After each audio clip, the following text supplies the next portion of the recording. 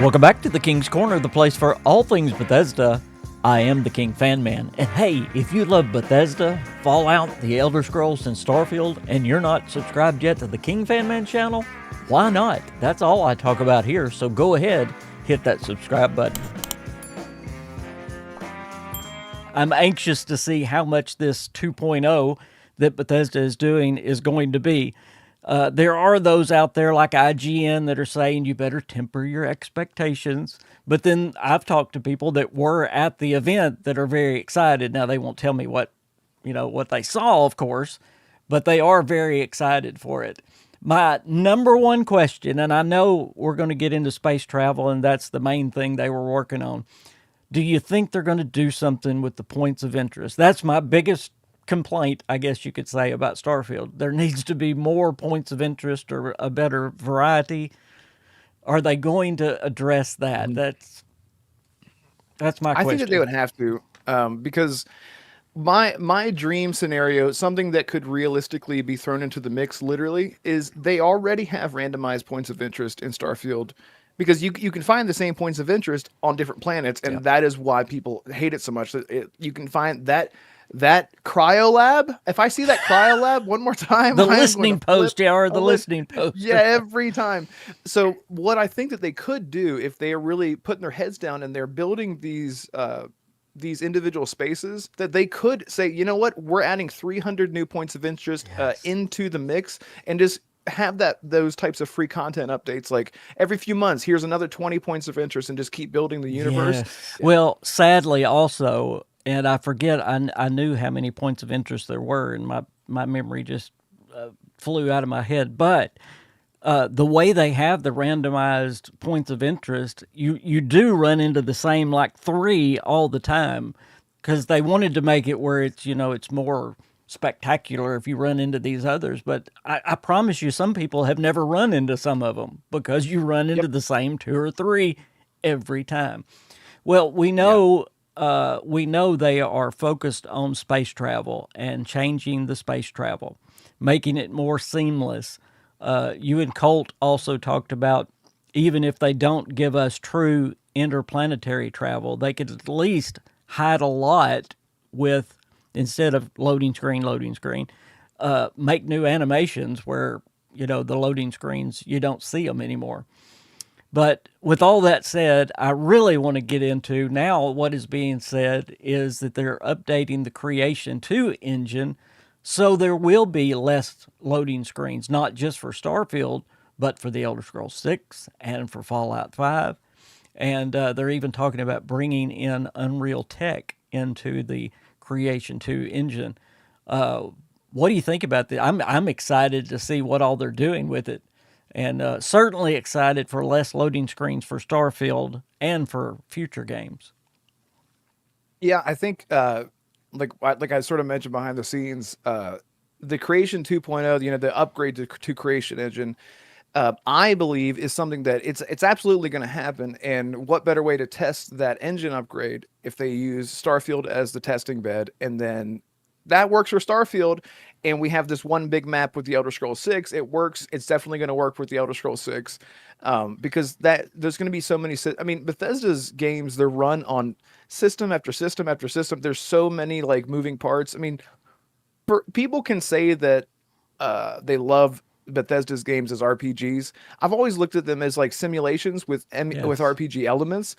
We don't get a lot of RPG depth with Bethesda games, and that's okay. They are games meant to give you 100% agency. You go out, you be who you want, do whatever you want, and that's sort of why Creation Engine might struggle sometimes with all those systems.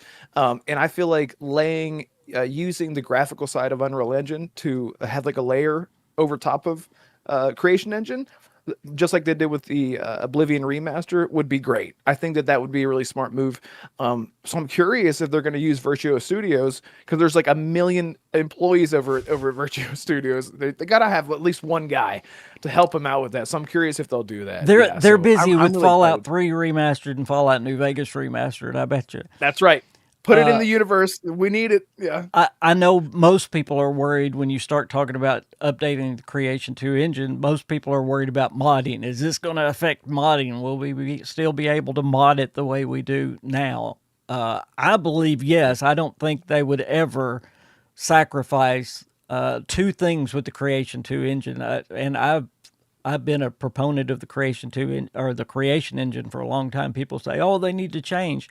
Well, there's two things that are the lifeblood of Bethesda games. Number one is the modding, of course, and number two Yep. is that you can pick up, touch all the items in a Bethesda world. That those two things make a Bethesda game different than any other studio. So I don't think they're going to sacrifice those. Starfield, whether people want to believe it or not, those people should go look because Starfield has insane mods and it has such insane modding support, especially with paid mods. People are they're paying their water bills with the with the work that they're, as Colt would say, as they work really hard on these creations. And a lot of them are worth it. You spend $1 here and there, and you don't have Yes, your achievements disabled. I was one of the people that actually contacted Bethesda directly and said, I'm fine with paying for this, but don't disable something. Don't take anything away from us. right. Some people want to feel that sense of completion. Like I completed this quest line, I got the achievement, I check it off, whatever. And they listened. It was great. But having said that, they know how important the modding scene is.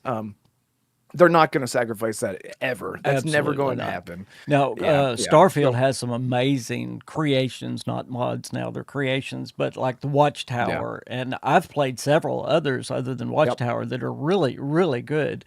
And like you said, $3 or $4, you can get these. So getting into the space travel, what do you think specifically? Do you think we're going to get that interplanetary travel, or Tim Lamb said it's going to be more rewarding, so I believe that means more randomized encounters while you're space traveling. I do believe Yeah. we're going to be able to go planet to planet and all that, but boy, interplanetary travel, that would just be wonderful if they could pull that off. The one thing, you talked about them adding to Starfield and adding to the points of interest. Sadly, I believe this is going to be the last DLC that they do for Starfield. And I think that's a shame. I know Todd said he wanted to support the game for 10 years and all that. I just don't know if Microsoft is going to let them do it because they've, and I hate to use this word, but they've wasted a lot of time with Starfield. Yeah. And we're talking money wise, okay? Microsoft wants Fallout, is what they want, and we're going to get to that. In fact, if Microsoft had their way, they'd probably tell Bethesda to skip Elder Scrolls and go to Fallout because it's what's Right. big right now. Do you see any way in them allowing them to keep working on Starfield, or do you think they're going to move on from Starfield after this DLC? It's it's hard to say because whenever you're looking at it from like a corporate standpoint, you're only seeing numbers. And right now, the concurrent player base for Starfield is like around 4,000 people. It's really insane. And you compare that again to Skyrim, which is around 30,000 Yeah. concurrent players. Um, even what was it? Comparatively, The Witcher 3 has around 10,000 to 14,000 concurrent players, and that's just on Steam, by the way. So they're looking at those numbers too, Yes. and that's what it all comes down to. And unfortunately, I mean, I always say Starfield is my dream game. Before that, it was No Man's Sky, and even then, it was so limited. But I'm like, this is the closest thing that we're ever going to get to it, right? But Bethesda is monetizing Starfield in a way. They are making money on Starfield with mods because people are happy to take a percentage if they're being compensated for their time and effort Yes. with modding. But that is not enough for Microsoft, especially No. to say, "Wow, look at all that! Probably you made $5 this month. Good job, Todd." Good Like job, that's Todd. not. It's not enough. It's not enough. I don't know if they'll. It's hard, man. Like this was such a passion project, and people always want to use No Man's Sky again as the comeback kid story. Like that is the prime example of a team that put their heads down and said, "We're gonna have a big 2.0 moment. We're gonna blow everyone away, give them everything that they wanted." And the silence says a lot, but also it could be nothing. But dropping it entirely, man, like that would break my heart. It would. I just can't imagine. But if they rely solely on mods, like, will that be enough for people? Because Right. what would bring people back if they, it's a, the next DLC, Terran Armada, if it comes out and it's, what would it do? Like, I don't feel like an expansion is what would bring people back. It has to be the fundamental core aspect of Starfield. Yes. So if they bundled all those features in with the next expansion and said it's a whole new game, and then they see the player numbers rise, this could possibly be behind the scenes Microsoft saying, you got one more shot, One more shot. put your heads down, shut up, and if it doesn't do good, move on to Fallout 5 and the Elder Scrolls 6 and be done with it and continue with the modding support. Well, So and that's what I they think. do have the PlayStation ports coming with it, the Switch 2 ports coming with it, so that's going to bring Yes. new players in. So that will be good as well. So you do think the DLC is going to be Terran Armada, and does that mean it's going to be mostly centered in space? Is it what do you think? Is it the idea, the name Terran Armada gives the idea of a bunch of ships to me, or Yeah. several big ships. Do you have any idea what you think the DLC might involve? I do, and this is going to blow your Good. mind. I'm ready.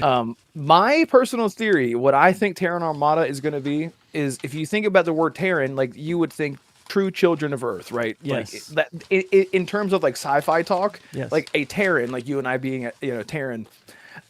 I think that the people, the children of Earth, the arcs that were sent away whenever the Earth was being, roughed up. We saw there is a quest in Starfield where you Yep. come across The one ship. the one ship, and they're the survivors of the original solar system of the Sol system.